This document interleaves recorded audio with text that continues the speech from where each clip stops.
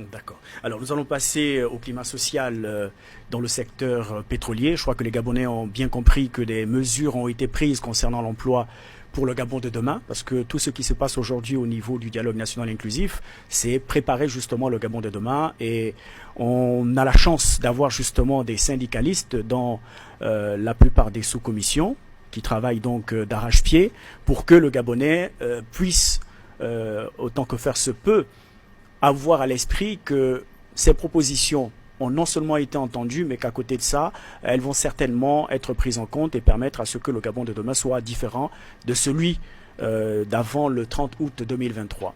Alors pour revenir sur le climat social aujourd'hui dans le secteur pétrolier, quel état de lieu on peut faire depuis justement le 30 août 2023? Oui, je vais revenir. Le Gabon de demain, c'est après le dialogue. Hein. Il faut que les Gabonais sachent, les Gabonais comprennent que nous n'allons pas attendre 2025 pour que les décisions du dialogue commencent à être implémentées.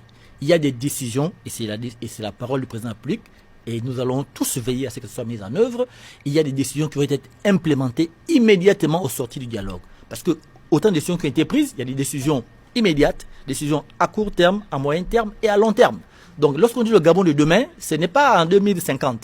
Le Gabon de demain, il faut que les Gabonais le comprennent. Nous ne sommes pas venus ici au dialogue pour faire les mêmes dialogues que Bongo PDG pendant des années où rien ne se faisait par la suite. Nous sommes venus à un dialogue où, dès le mois de juillet, dès le mois d'août, septembre, octobre, novembre, décembre, nous allons voir la matérialisation des effets de ce dialogue.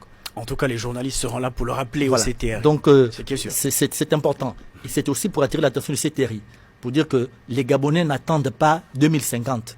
Les Gabonais attendent qu'au sortir d'ici, des actions soient mises en œuvre, soient implémentées pour qu'ils voient les fruits de leurs propositions, de la matérialisation et l'acceptation de leurs propositions. Parfait. Parlant du secteur pétrolier, oui, le climat social est délétère de ce secteur pétrolier. Il est délétère, c'est-à-dire qu'il est amer, c'est-à-dire qu'il est trouble. Les conflits sont légion, manifestes. Et qu'est-ce qui peut expliquer ça? N'eût été la responsabilité de l'ONEP en tant que syndicat majoritaire de ce secteur, on aurait enregistré plus d'une vingtaine de grèves aujourd'hui dans le secteur pétrolier. Ce qui l'explique, c'est que les employeurs du secteur pétrolier, nonobstant l'événement du 30 août, sont encore dans le paradigme d'avant le 30 août. C'est-à-dire dans une situation où ils étaient des rois télé. Le tout pouvoir leur a été donné par Ali Bongo et ses sbires. Tout pouvoir, je dis bien tout pouvoir leur avait été donné. Donc du coup, les lois, les règlements, les droits des travailleurs, ils appliquaient ce qu'ils voulaient quand ils le voulaient. On arrive au 30 août, les Gabonais retrouvent l'espoir de ce que leurs droits peuvent être compris et appliqués. Les employeurs continuent de faire dos rond et ne pas respecter la volonté de la loi. Et du coup, les préavis de grève sont déposés, on va même jusqu'à chez l'inspecteur du travail, mais il n'y a pas de solution. D'accord? L'ONEP a saisi les plus hautes autorités, on a saisi les ministres, on n'a toujours pas de solution depuis le mois de novembre. Parce que comme vous le disiez, des mécanismes n'ont pas été mis en place pour que les inspecteurs du travail soient libres de faire leur travail correctement. Non, après le 30 août, on ne peut plus parler de mécanismes. Après le 30 août, en principe, toutes les autorités qui sont sous l'autorité du CTRI devrait avoir la même dynamique, la même volonté et la même autorité que le CTRI pour accomplir la volonté des populations, pour accomplir les lois. Après, peut-être qu'il faut le dire aussi, il y a certaines de nos autorités qui, elles aussi, n'ont pas encore réalisé que nous sommes dans un nouveau Gabon. Il y a certains inspecteurs, certains ministres qui n'ont pas encore compris que nous sommes dans un nouveau Gabon, qui pensent qu'il faut toujours avoir peur d'un employeur parce qu'on risque de perdre son poste de travail au plus haut niveau si on n'est pas d'accord avec l'employeur, qui pense qu'il faut réfléchir à 2 fois avant d'appliquer la loi. C'est malheureusement ça la réalité. Il faut se le dire. C'est pourquoi aujourd'hui, un syndicat qui pose des problèmes, qui doit trouver solution auprès de l'inspecteur, pas de solution, qui doit trouver solution auprès des ministres de tutelle, il n'y a pas de solution, on est obligé d'aller chez le président de la République pour aller poser des problèmes. Dans un pays normal, ça n'existe pas. Mais vous comprenez que nous sommes dans le cas de transition. Il y en a qui croient, d'autres qui ne croient pas. Nous, nous y croyons. C'est pourquoi nous pensons que si les autorités nommées par le CTRI ne comprennent pas qu'il faut faire appliquer la loi et exercer l'autorité qui leur est donnée par le CTRI, nous, on va directement vers le CTRI. Et c'est ce qui a fait que l'ONEP, le 23 février 2024, a été reçu par le président de la République, chef de l'État. Nous allons justement présenter en parler. Donc, les problèmes nombreux de ce secteur pétrolier, qui est le secteur qui pourvoit à majorité du budget du Gabon. Parfait. Alors, il y a quelques semaines, donc le 22 mars dernier, un accident a eu lieu sur l'une des plateformes de Perenco Gas and Oil Gabon, donc une entreprise pétrolière établie à Port-Gentil. Il y a eu, je crois, 5 morts et 1 disparu.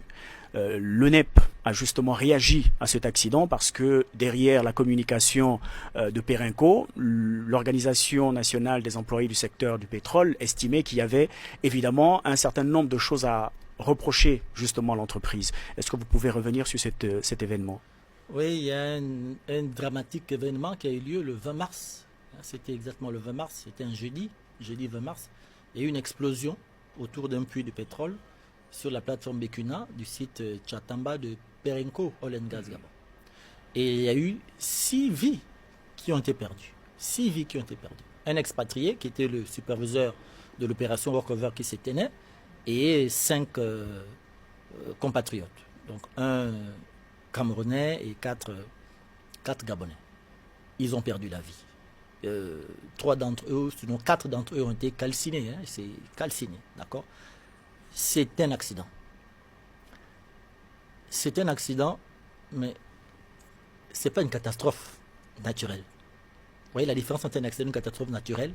C'est qu'une catastrophe naturelle, personne ne peut la prévoir et personne ne peut l'éviter. Mais un accident, on le prévient et on peut l'éviter si les dispositions préventives sont mises en œuvre. Ou si, au moment où il survient, des mesures pour lutter contre l'incident ou l'action qui se fait sont mises en œuvre. Il se trouve malheureusement que chez Perenco, c'est l'esclavagisation des travailleurs. Chez Perenco, les gens sont embauchés, ils sont mis sous des contrats dits de sous-traitance, des contrats de 1 mois, en passant par plusieurs employeurs, et ils ont pour mission de produire les barils de Perenco. Celui qui constate des conditions de sécurité non réunies, des procédures qui ne sont pas respectées et qui veut rechigner, il prend le risque de ne plus revenir sur ce chantier-là le mois d'après. Mais pourtant... Du coup, les gens y travaillent, en fait, dans la peur. Ils sont esclaves de leur bout de pain. Parce qu'ils se disent, si je ne fais pas mon travail malgré que les conditions ne sont pas réunies, eh bien, quand je sors d'ici, je ne reviens plus sur mon site d'installation. Oui, sur ce site de Perenco, au cours de cette opération de workover, les conditions de sécurité n'ont pas été réunies pour éviter cet accident. Et lorsque l'éruption de brut s'est déclarée, le pétrole, il est sous-sol, il est bien loin.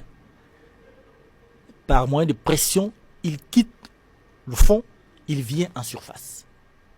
Et ce qui s'est passé, c'est qu'il y avait des mesures de sécurisation de ce puits qui n'ont pas été décidées par les personnes qui auraient dû les décider. Pourtant, Perenco, dans un communiqué, disait le contraire, disait que des mesures avaient été prises par l'entreprise et que malheureusement, elle s'est certainement laissée déborder par l'ampleur de l'incident, de la catastrophe. De toutes les façons, il y a une enquête qui a été diligentée une enquête technique qui a été diligentée par le ministère du Pétrole.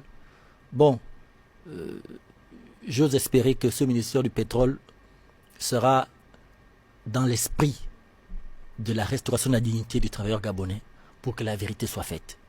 Il y a une autre enquête qui a été diligentée, cette fois-ci au pénal, qui a été diligentée par le procureur de la République.